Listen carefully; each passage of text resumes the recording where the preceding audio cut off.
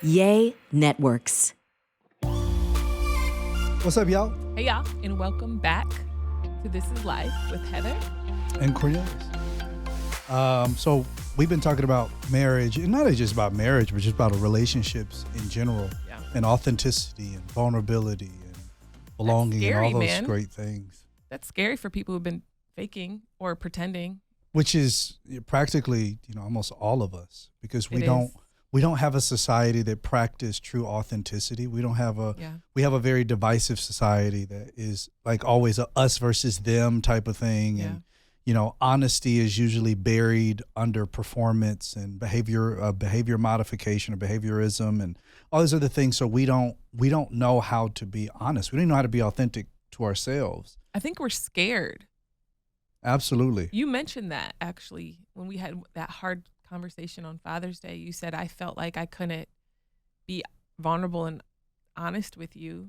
Yeah. Because of fear.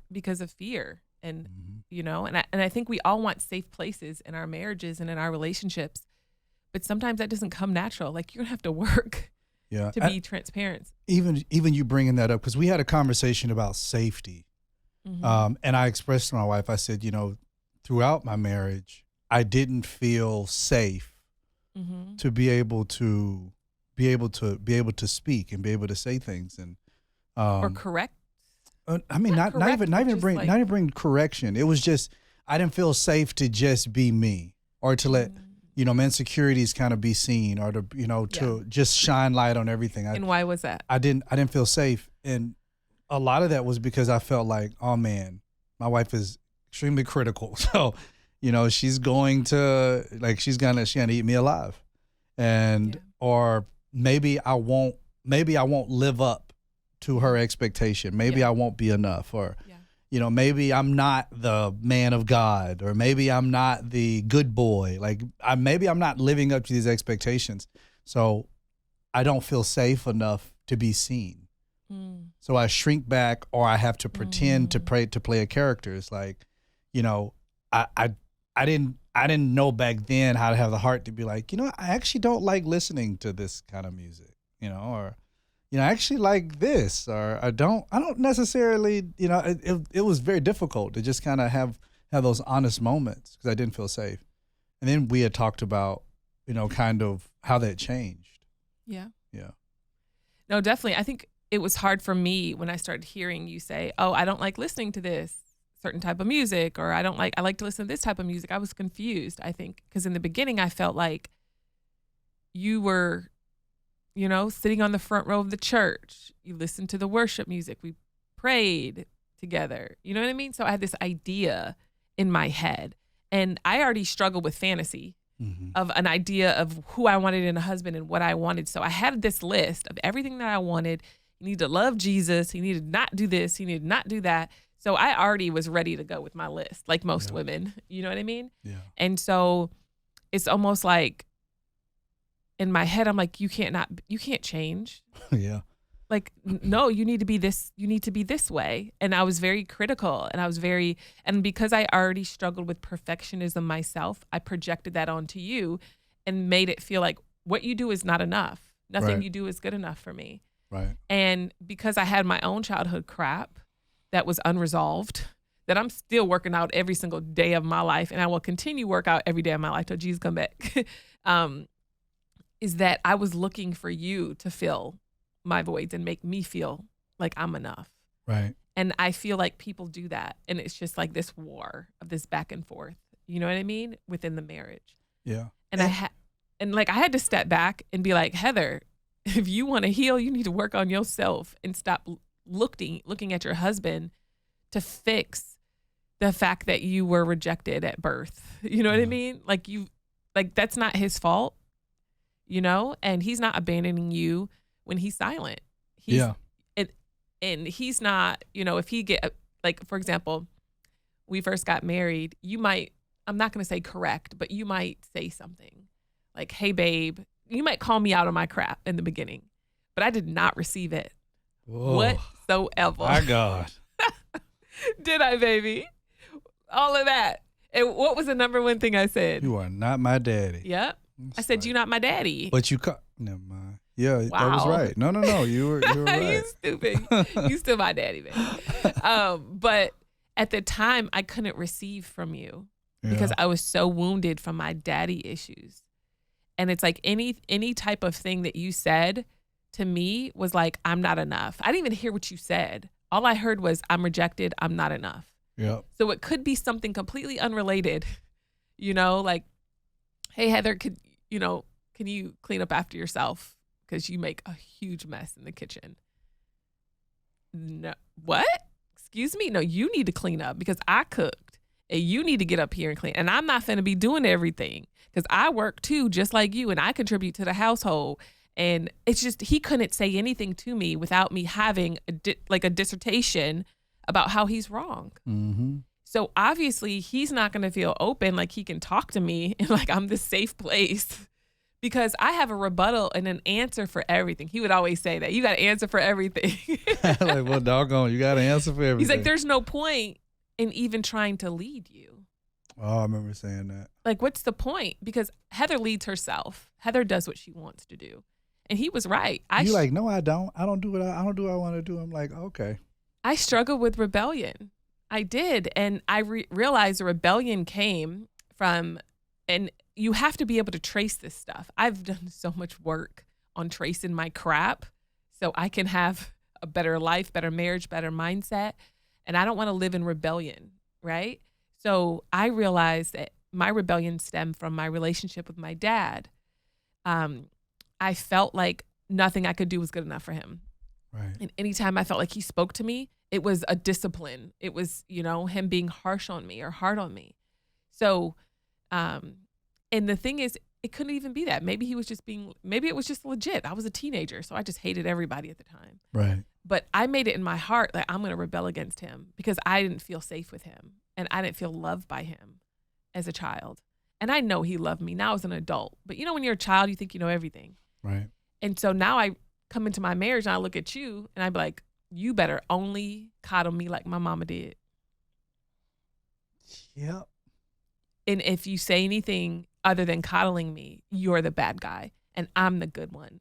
And because you're so bad, I'm going to remind you of how bad you are. And whew. No, it's intense, but it's real though. But how many people are projecting their daddy trauma onto their husbands?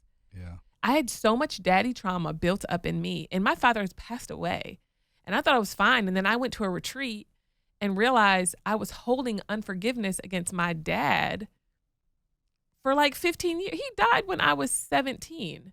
Right. And here I am, 38 years old at a retreat, and I'm bawling my eyes out and realizing that I have unforgiveness against my daddy who died forever ago. Yeah. You know what I mean? And then I'm projecting that onto my husband, right? And then now fast forward, I feel like the Lord has humbled me so much. And now I'm like, call me out of my crap, because now this version of Heather is healing, and I want to learn and I want to be better, and you know me best. And I no longer project that.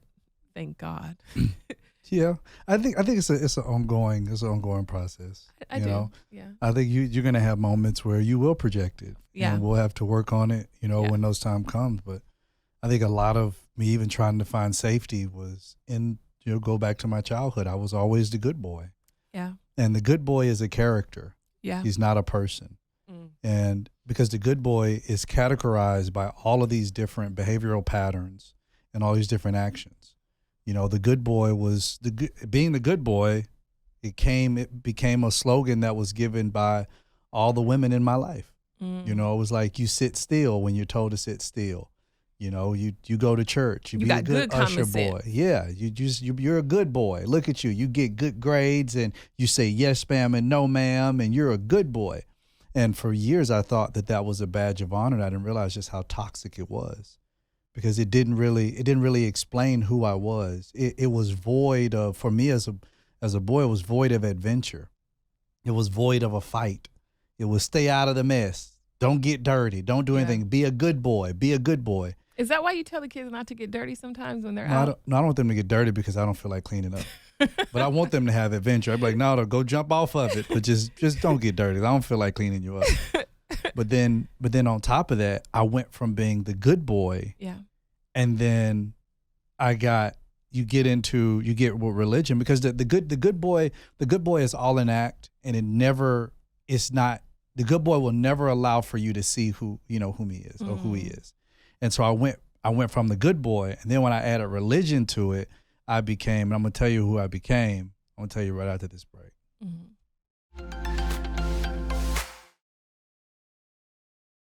This episode is sponsored by BetterHelp.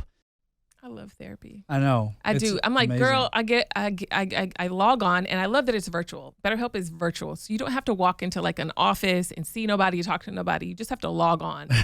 And I log on, I'd be like, girl, you got to help me. I got a lot going on. And then it's just like, just make sure you lock your door, because your kid might be like banging on the door. And I'd be like, look, you want me to have this time with my therapist so I can get my life together. Let me get my life together. Exactly. They help you through stress, anxiety, worry, fear, doubt, anything that you're struggling with, parenting, Right.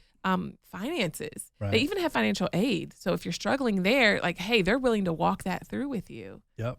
And to be a network of therapists, that means they're going to Yeah. match you up with a therapist. Here's a cool thing. If you don't amazing. like the person they match you up with, you can be like, nah, I had to go bruh. through 3. Introduces, we out. Let me skip. Let me go to somebody else. Yeah. But that's just one of the accommodations that they make, and they Yeah. can make, because they have a whole network full of therapists. Because you want to find somebody who understands your context and who Yeah. understands it and who can really help you with it. So, therapy is something, if you're thinking about giving therapy a try, trust me, BetterHelp is the Where way. it's It's entirely at. online. Just fill out a brief questionnaire. They match you up where you need to be. But let therapy be your map with BetterHelp. Visit BetterHelp.com/Lindsay's today to get 10% off your first month. That's BetterHelp, HELP.com/Lindsay's, LINDSEYS. So I went from being the good boy, got with religion, and then I went from being a good boy to being now the man of God. Man of God. The man of God. And the man of God, again, is not a person. It's an image It's that an you image. need to follow. Because if you don't, you're a sinner, you're going to hell. And you're not a man of God. So it's Yeah. not a person. It's not a human. It's not an individual. It's an image. It's an image. And it's a performance that And- so many people are upholding right now that you follow on social media. Yep. And that's all that it is. But here's the thing. Because then you'll see the fall of the man of God. And you'll wonder, well, what happened? Well, that's because you had no idea how to separate the persona and the image from the person. This is an actor. This is a person. This person is performer. playing. This is a Yeah. performer. It's a character. So I became the man of God, which is also upheld by behavioral patterns, also upheld by an ideology, and also upheld by, different achievements, different things you have to do to be the man of God. And so because of that, when I first met you, that was the character I was portraying. I didn't know I was portraying. I just thought this is what I'm supposed to live up to. Yeah. I'm supposed to be at church. I sit on the front row. I'm the assistant to the pastor. I'm reading my Bible. I fast. I fast all the time, and I go to and I give tithes of all that I have.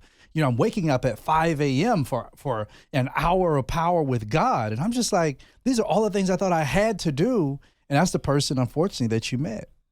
And then when I realized, like, hold up, this is not even who I am, and I'm like, why am I waking up at 5 a.m.? Like I highly respect the fact that you wake up at 5 o'clock or 4 o'clock to go pray, get in your closet and pray. But I think I tell people, like, yeah, my wife gets up all the time. She goes to pray and they're like, you don't pray with her? And I'm like, no, not at 4 o'clock. Absolutely not. I said, the same God who's up at 4 is up at noon. I'll talk to him at noon. We'll be okay. I'll be fine. Yeah.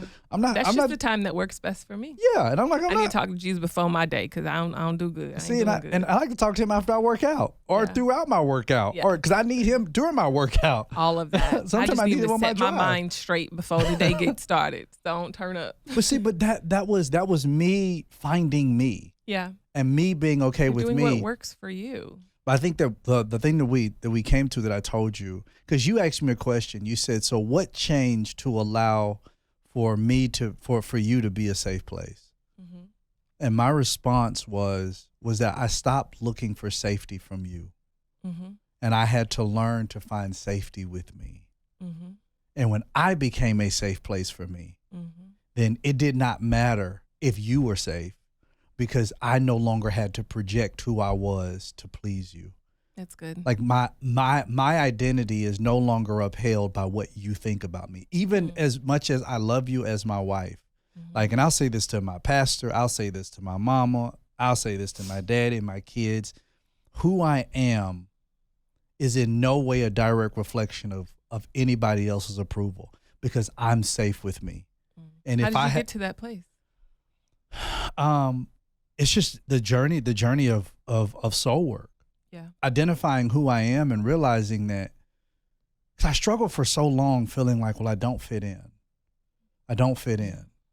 And a big part of that is that I couldn't fit in with anybody else because I didn't know who I was to me. Yeah. And I kept trying to fit in. Fitting in and belonging aren't the same. Belonging means you accept me for me. Fitting in means that you accept me for the character I portray. And I kept, in religious world with pastors and stuff like that, you want to fit in to the groups. You want to fit in with the cool pastors. You got to be who that person wants you to be. A lot of that was me just saying, nope, I'm not going to do that. I'm going to be me, and I'm going to love me. And if you can't accept me, then that's okay. I can move on. And I have to be okay with that. But at the end of the day, when I lay down at night, I want to make sure that I'm okay with me. Yeah. I think that's so good, because I think the danger of what people do in marriage is they put their identity and their worth in their spouse, in their children. And then what happens if things don't work out in their marriage? Their whole life is crumbled, or their spouse has a bad day and now you have a bad day. So it becomes codependent on how the other person feels in order for me to be okay. Right. And that's a dangerous cycle that you put yourself in over and over again. Because I know I've done that too, struggle with codependency 100%, where if you're not okay, I'm not okay. And then I had to learn to be like, okay, and this is a constant journey for me to be like, you know what? He has a lot going on, but it's not a reflection of me. Right. And it's not personal. It's not personal. And I had to stop taking it personal, because I would take it so personal, because I'm a feeler. And I'm just so sometimes too in tune with everything. And sometimes I'll be like, there's something happening in the spirit. And he'd be like, child, I don't know what it is. Why don't you just ask the Lord to show you what it is? God and I'd be like, I saw demons. And he's just like, all right, babe. Well, what you and I'm like, yeah, there was one right over there. I'd cast it sucker out. But like that's like this. We're not even playing. This is real. This is like real. I'd be like, I saw an angel. She's like, I just saw 2 angels. What was it at? Like, what was it, like 2 weeks ago? What were we in Atlanta? I forgot where we was at. I forgot where we was at. Maybe San Diego. San Diego. It was in San Diego. I was like, yeah, I just saw 2 angels. We're in the hotel room, and she's like, oh my God. And I was like, what happened? What happened? Like me, I'm thinking to myself like, oh, we got Nugget View Buck. Like, what's going on? And she's like, I just saw an angel. And I was like, I said, girl, come on. Let's go eat. I'm hungry. Yeah. I've been telling you saw an angel. So okay, hey. I asked the Lord, something I've been asking him for a long time, to open up my eyes to the spiritual realm. I want to see them demons, and I see demons, and I see angels now. Praise the Lord. Because that world is more real than the actual world we're in. But that's another podcast for another time. But you should bring somebody on to talk about that. I should. That would be fun. You should bring somebody else. I like talking about because I am. That's not my baby's area. That is not my area. But the thing is, I can get super excited about the angels and the demons. And I tell them how I saw open heaven in Miami, and it was amazing. I saw like water gushing out of the sky, and it was so powerful. And God was showing me an open heaven for the season that we're going into, and how he's literally opening up the heavens for this next, leg of ministry. And like, I get excited about it, and I'm so thankful that, like, you don't belittle it. He might not like deliverance as much as I do. Like, I love deliverance. I love casting demons out. I love laying hands on the sick and they recover. That's just my jam. I love the altar call. I love altar calls. I love all that stuff. And so I'm just thankful that I can talk about it freely to you, and that might not be your jam because you like teaching more than you do the deliverance side, but it's still fine. Because they're both the same. Teaching is a form of deliverance. Yeah. But then like what you do, so like I don't belittle. I would be like, oh well, praise the Lord. Or he'd be like, here we go. Like, here we go. But even in him saying that, the old me would feel rejected by that. You would feel rejected by it. I would be like, he doesn't approve of me. That's like my daddy who doesn't approve of me. And now, well, maybe deliverance maybe I just don't talk about it to him, or maybe it's not good. No, I'm gonna be myself. I'm gonna And talk about it. And, exactly. I don't care whether he like it or not. I'm gonna be talking about these demons today and tell him how I cast the demon out. I saw a demon in our house. I said, oh no, let me get this sucker up out this house. Let me go get my oil from Jerusalem. Oil from Jerusalem. Y'all, I have so much oil. When we went to Israel, I got oil for days. Try me. Lord. Try me. Well, I don't know how they got in the house. We leave all the doors closed. I don't know. Yeah, don't worry, I got it out. Praise the Lord. No, but for real, I just feel like having those hard conversations, and then not only that, it becomes where you're more aware of those little areas.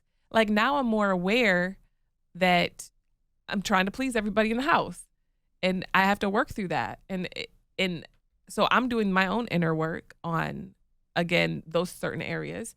But then when the kids come to me like, hey, mommy, will you rate me? I'll be like, yo, that's a 5. You know what I mean? Or, hey, mom, we want to all eat different meals tonight. Actually, no, I'm only making one and y'all can figure it out. And one person who be trying me sometimes is Logan, because he thinks like you do. So he knows he can mosey around, look sad, look depressed, look down, and I'm going to get up and cook him a 5-star meal. Like you did last night. Exactly. And so, well, actually, it wasn't 5-star. He just ended up eating the potatoes that Roman didn't eat. So it ended up working. And he out. ate the steak. He ate the other steak that I cooked. You made, yeah. But he ate the whole steak too. I thought he was gonna that was like a 9-ounce fillet. But steak and potatoes is his favorite. But I'll tell Logan like, hey, I'm only making one meal, and he's like, well, I'm just so hungry. I got a headache. I got this. I'd be like, you'll figure it out. You'll be all right. Have a bowl of cereal. I made one thing and I ain't making nothing else. Because I don't be caring. I'd be like, well, praise the Lord. Yeah. Go for it. And I've learned that that's okay, and it's okay, and being tougher on them. And they're almost like, wait, what? Mom? Huh? Yeah. Even Logan's birthday this past year. This probably is going to sound still a little bad, but I was like, you want a trip or do you want a birthday party? He said, I want to go to Hawaii. So we did go to Hawaii. Praise that's the totally Lord. Normal. That's totally normal. Hey, but I think before we end this, I did want to ask you again. Mm-hmm. I know the last podcast we did talk about, like, if there was something else that you wanted to mention about that. That's true. We're being honest with each other, calling each other on our crap. And I know that I expressed some things to you on Father's Day, in private, and I talked about some of those in the last episode. You mentioned one of those things. I think I gave you maybe 2 or 3. But I just wanted to ask it, was there something, I guess before we even ask it, I guess we can kind of take a break real quick and come back to this. Okay.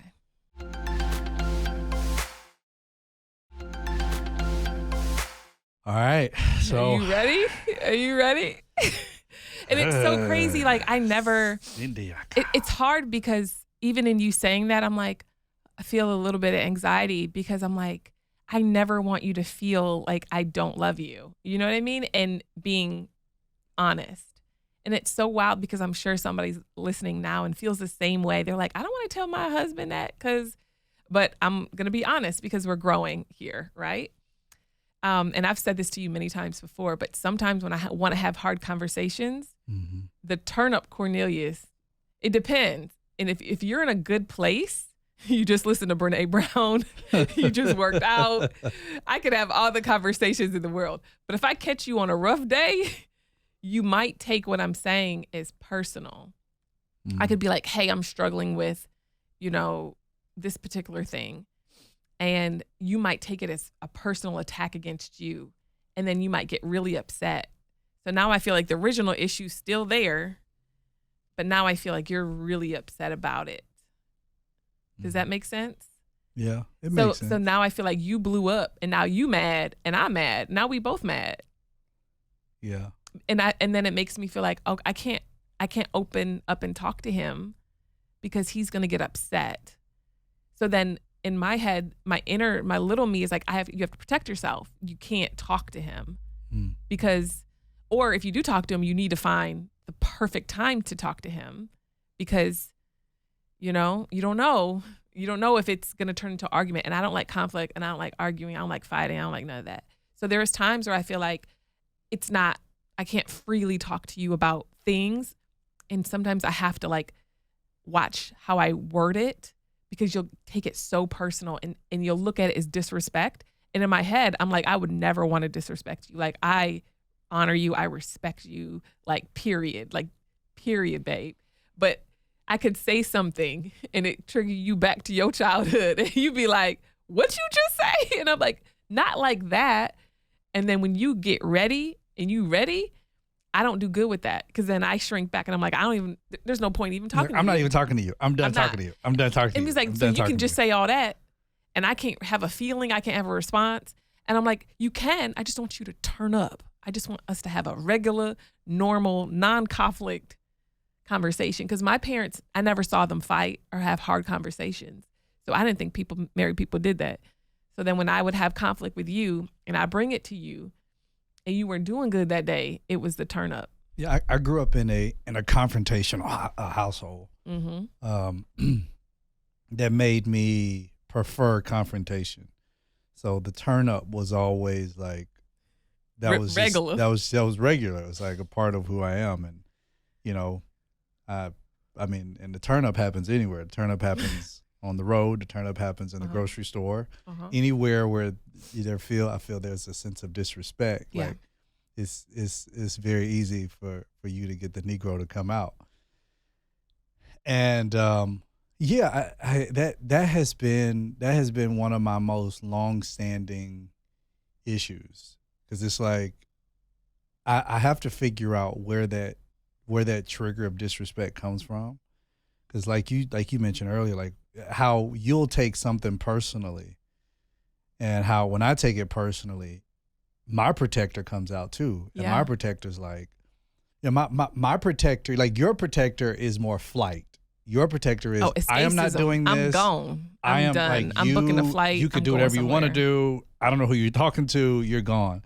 But my protector is fight. My protector is, we're going to talk about this. We're going to get to the root of it. I don't want to talk about it.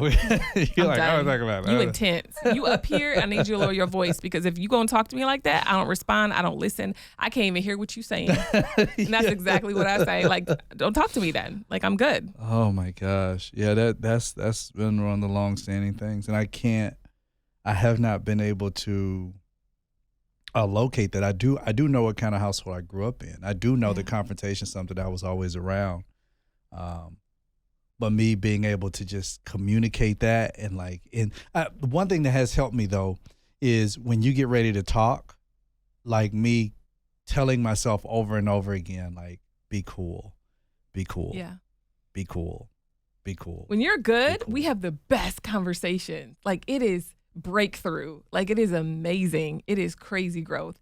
But every now and then when we have the turn up, I'm like, there we go. There it is. Yeah. Because in my head, I'll be like, man, things are going so great. And then it's just like, what is this? Like, what are you talking about? Like, I don't understand where that came from. Like, we'll be doing amazing. It just be like, to me, it's like out of left field. But for you, it's like you've been thinking about it for 72 hours. I process for days before I bring up things to him. It's like, hey, so I want to talk to you about something. I'm like, yo, what's up? Boom. And I'm like, what the? Like, are you got to be kidding me. Like, this cannot be. And I'm like, why would you ruin? And so I go through that whole thing in my head where I'm like, this can't be. Like, we were just good. And then we're always pretty, I'm not saying this is like a generalized, but I feel like we are so good. And so when we have those little nicks, I'm like, can you just reassure me? Like, you doing all that. That's what she'll say. Just reassure me. No, just reassure me. And I'm just like, but why the heck you say it like that? Or why or why'd you bring it up like this? Or, well, if you wanted a hug, like if you wanted this, you wanted to lay down next to me, just come and lay down. Like, we don't have to make it a whole, well, I wanted you to cuddle with me. Like, you just get up and come over and cuddle with me. But I didn't know how you were feeling.